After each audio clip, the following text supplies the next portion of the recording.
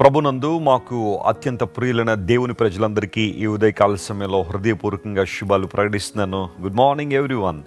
And I would like to bring greetings in the matchless and highly esteemed name of our Lord and Savior Jesus Christ. ప్రతిరోజు ఒక వాగ్దానాన్ని పరిశుద్ధ లేఖనాల నుంచి మనం ధ్యానం చేస్తున్నాము, వింటున్నాము, చదువుతున్నాము. తద్వారా దేవుని దీవెనలు, ఆధ్యాత్మికమైన ఎదుగుదలకు ఉపయోగపడే స్ఫూర్తిని ప్రతిరోజు మనం పొందుకుంటున్నాం.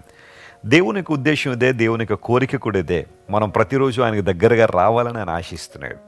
ప్రార్థన చేయడం వలన, దేవుని వాక్యాన్ని చదవడం వలన, వాగ్దానాల మీద ఆనుకోవడం వలన ఒక క్రైస్తవునికి నిజమైన బలం ఎక్కడుంది అంటే దేవుని వాగ్దానాల మీదే. ఎందుకంటే ప్రభువు మాట ఇచ్చిన వాడు తప్పిపోయేవాడు కాదు. Hour God is immutable. ఆయన మార్పు లేనివాడు.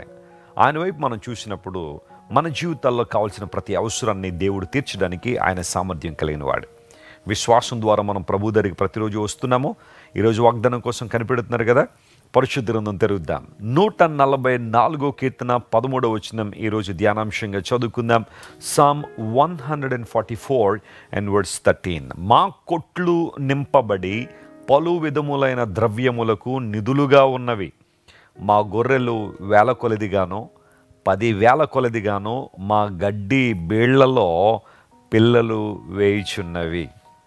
ఎంత గొప్ప సమృద్ధి ఇక్కడ కనబడుతుంది కదా. అబండెంట్ బ్లెస్సింగ్, దేవుని యొక్క అబండెన్స్ని భక్తుడు అనుభవిస్తున్నట్టుగా ఇక్కడ మనం చూస్తున్నాం.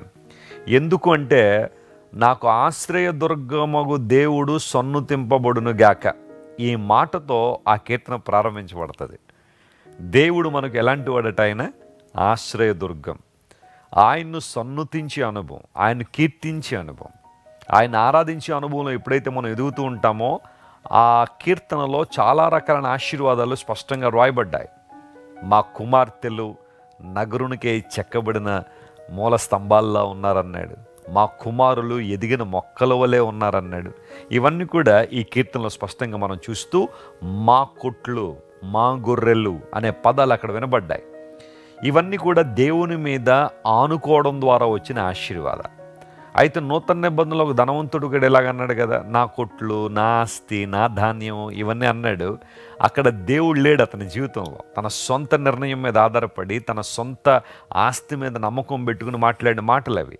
కానీ ఇక్కడ కీర్తనకారుడు మా కొట్లు, మా ఆస్తి లేదా మా గొర్రెలు అంటున్నాడంటే ఇవి దేవుని ద్వారా అతనికి అనుగ్రహించబడ్డాయి కాబట్టి స్తుతితో, కృతజ్ఞతతో నింపబడి చెబుతున్నాడు. దేవుని బిడ్డలు ఆశీర్వాదం పొందొచ్చా? ఎస్, ఖచ్చితంగా పొందొచ్చు. దేవుని దీవెనలు మన మీద ఉండాలి. మన బిడ్డల అభివృద్ధి పొందాలి. మనకున్న సంపద అభివృద్ధి పొందాలని దేవుడు కోరుతున్నాడు. అయితే అవి దేవుని చిత్తానుసారంగా ఉపయోగపడినట్లుగా, దేవుని కార్యాల్లో వాడబడినట్లుగా మనం నిర్ణయం తీసుకోగలిగితే మరింతగా దేవుడు మనల్ని ఆశీర్వదిస్తాడు. ఏ కొదువ లేదన్నాడు దేవుని వాక్యంలో. యెహోవా నా కాపరి, నాకు లేమి కలుగదు అన్నాడు. లేమి లేని జీవితంలో దేవుడు మనల్ని తీసుకొస్తాడట. సరే, ఇక్కడ మనం చూస్తే మా కొట్లు పలు విధములైన ద్రవ్యములకు నిధులుగా ఉన్నవి అన్నాడు. నింపబడ్డాయంట. ఫుల్ అనే మాట, ఇంగ్లీష్లో ఉన్న ఫుల్ అనే పదానికి హిబ్రూలో మాలే అనే పదం వాడబడింది. ఓవర్ఫ్లోయింగ్ అనమాట. ఏదైనా ఒక బాన్ మనం తీసుకుంటే, ఒక గాదె, ఒక గిడ్డంగి మనం తీసుకుంటే ఓవర్ఫ్లో అయిపోయినట్టుగా.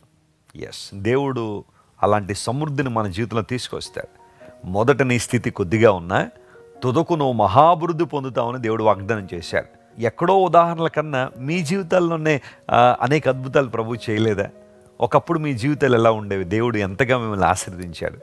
నా మట్టుకు నేను చెప్పుకోను, ఒకప్పుడు మా జీవితం వేరు, ఇప్పుడు మా జీవితం వేరు. దేవుడు బహుగా మమ్మల్ని దీవించారు. అనేక మందికి ఆశీర్వాదకరంగా ప్రభు మమ్మల్ని మార్చారు. దీవెనకరంగా ప్రభు రాజ్యం విస్తరించబడినట్లుగా ప్రపంచవ్యాప్తంగా అనేక మందిని ప్రభావితం చేయడానికి దేవుడు మా కుటుంబాన్ని బలపరుస్తున్నాడు. ఈరోజు ఒకవేళ నీ జీవితంలో సమృద్ధి లేక బాధపడుతున్నావా? ఏంటోనండి వెస్లీ గారు, చాలా కాలం నుండి భక్తి చేస్తున్నాను కానీ ఏ విధమైన సమృద్ధి నేను చూడలేకపోతున్నానండి అని ఏడుస్తున్నావా? The time has come. సమయం వచ్చింది. దేవుడు నేను దీవిస్తాడు. ధైర్యంగా ఉండు దేవుని బిడ్డ. నీ చేతిని దేవుడు బలపరుస్తాడు. నీ కొట్లు పలు రకాలైన ద్రవ్యములతో నింపబడి, సకల సంపదలతో, సకల ఐశ్వర్యాలతో దేవుడిని నింపి తన ఆశీర్వాదంతో నిన్ను బలపరచడానికి ఇష్టపడుతున్నాడు. దేవుని కొరకు నీవు ధనవంతుడిగా ఉండాలనే దేవుని ఆలోచన. ఆయన సువార్త పరిచర్యలో, ఆయన సంఘ అభివృద్ధిలో నీవు పాలిభాగస్తుడిగా, పాలిభాగస్తురాలుగా ఉండాలని దేవుడు ఆశిస్తున్నాడు. లేఖనాల్లో ఎంతోమందిని దీవించిన దేవుడు, అబ్రహామును అన్ని విషయాల్లో ఆశీర్వదించిన దేవుడు, ఇస్సాకును దీవించిన దేవుడు. ఎక్కడ అడుగు పెడితే అక్కడ ఇస్సాకు విత్తనం వేసినప్పుడు దేవుడు నూరంతల ఫలం ఇచ్చాడట. అంత సమృద్ధిని, అంత ఆశీర్వాదాన్ని ప్రభు అనుగ్రహించాడు. మా కొట్లు నింపబడి ఉన్నవి. భక్తుడు అన్నాడు కదా నా సందర్భంలో, నా గిన్నె నిండి పొర్లుచున్నది అన్నాడు. Overflowing blessings of God. ఈరోజు అలాంటి సమృద్ధిని జీవితంలోకి దేవుడు ఇవ్వాలని నేను కోరుతున్నాను. ఆర్థికంగా చితికిపోయి ఉన్నావు కదా, కనీసం వడ్డీలు కట్టలేక బాధపడుతున్నావు కదా, ఏమోనండి నా బ్రతికేం అర్థం అవ్వట్లేదండి, వడ్డీల మీద వడ్డీలు, చక్ర వడ్డీలు పెరిగిపోయి బ్రతుకంతా అప్పులమయం అయిపోయిందని ఏడుస్తున్నావా? దేవుడు నేను జ్ఞాపకం చేసుకోబోతున్నాడు. ఆయన నీ బిడ్డలను దేవుడు దీవిస్తాడు. నీ సంపాదన మీద దేవుని కృప ఉండడం వలన ఉన్నతమైన ఆశీర్వాదం అనుభవించాలని దేవుడు ఆశిస్తున్నాడు.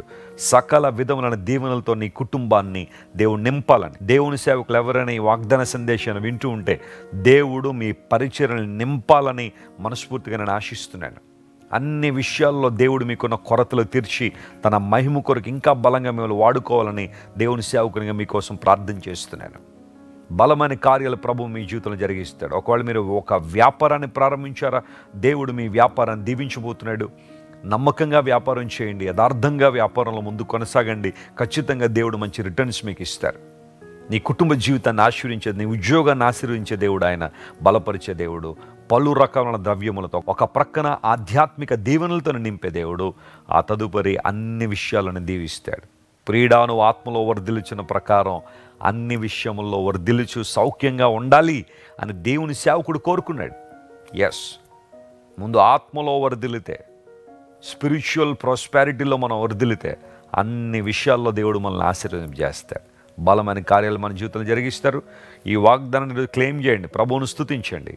ప్రభు గొప్ప కార్యాలు మీ జీవితంలో జరిగిస్తారు. ప్రేమగల మా తండ్రి, గొప్ప దేవ, నీకు స్తోత్రాలు చెల్లిస్తున్నాయి. ఉదయకాల సమయంలో నీ పరిశుద్ధమైన పాదాల దగ్గరికి వస్తున్నాము. ఈ వాగ్దాన సందేశాన్ని మా పిల్లలు ఎంతమంది అయితే వింటున్నారో వారందరి జీవితాల్లో గొప్ప కార్యాలు జరిగించండి, సమృద్ధిని దయచేయండి. అన్ని విషయాల్లో వారు ఎదిగి ఫలించడానికి సహాయం చేయండి.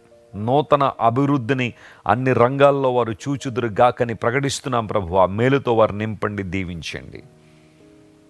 ఎవరైతే అనారోగ్యంతో ఉన్నారో కావలసిన సంపూర్ణ స్వస్థత వారికి దయచేయండి. నిట్టూర్పులో, వేదనలో, ప్రతికూల వాతావరణాల మధ్య ఎంతమంది అయితే ఉన్నారో వారందరినీ కనికరించి అద్భుతాలు చేసి నడిపించండి. ఘనత మహిమ నీకు మాత్రమే ఆరోపిస్తూ యేసు నామం పేరిట అడిగి వేడుకొనిచున్నాం తండ్రి, ఆమేన్. God bless you dear friends. Have a wonderful day. మీరు ఇంతవరకు విన్న దైవ సందేశం మరియు దేవుని సేవకులు చేసిన ప్రార్థన మీకు ఆశీర్వాదకరంగా ఉన్నదని విశ్వసించుచున్నాము. ఈ సందేశాన్ని మీ స్నేహితులకు, బంధువులకు షేర్ చేయండి.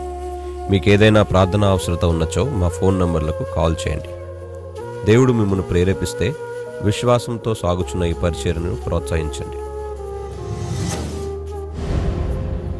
మరిన్ని వర్తమానాలు, పాటలు వినుటకు జాన్ వెస్లీ మినిస్ట్రీస్ అను మా యూట్యూబ్ ఛానల్ను సబ్స్క్రైబ్ చేసుకొనండి. ప్రభువైన యేసుక్రీస్తు కృప మీకు తోడైండును గాక.